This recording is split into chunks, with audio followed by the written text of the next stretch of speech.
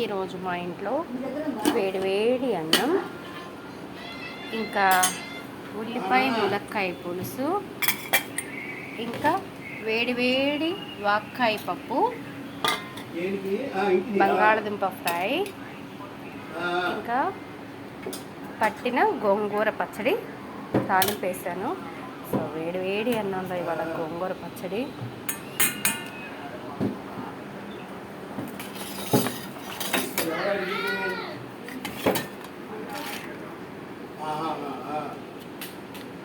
బంగాళదుంప ఫ్రై,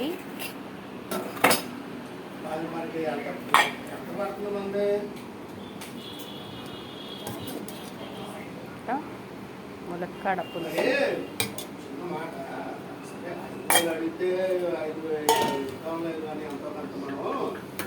వాక్కాయ పప్పు.